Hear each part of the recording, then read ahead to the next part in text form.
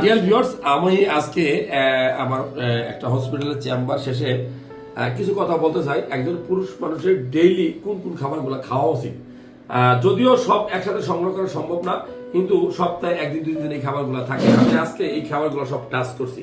যেমন পেয়ারা খাইছি আলহামদুলিল্লাহ, কলা খাইছি আলহামদুলিল্লাহ, আপেল খাইছি 2 পিস আলহামদুলিল্লাহ, খেজুর খাইছি 2 পিস আলহামদুলিল্লাহ, তারপরে আনার খাইছি একটু আলহামদুলিল্লাহ, কাঠবাদাম কয়েকটা খাইছি আলহামদুলিল্লাহ।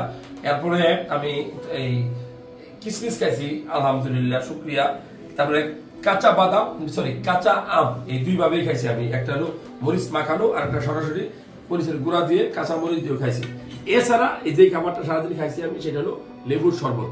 তো এই যে খাবারগুলো খাইলাম, কেমন লাগলো, আপনি এই ধরনের খাবার পছন্দ করেন কিনা ভিডিওতে কমেন্টস করে জানাবেন। এই খাবারগুলো যদি কেউ নিয়মিত খায়, তার শরীরে ভিটামিনের অভাব হবে না। Vitamin C, vitamin A, vitamin সে পাশাপাশি আয়রন, ফলিক অ্যাসিড, ক্যালসিয়াম এবং অ্যান্টিঅক্সিডেন্ট। সো নিয়মিত এই খাবারগুলো খাবেন, অনেক রোগ থেকে দূরে থাকবেন, আপনার চেহারা সুন্দর থাকবে, বয়স ধরে রাখতে পারবেন।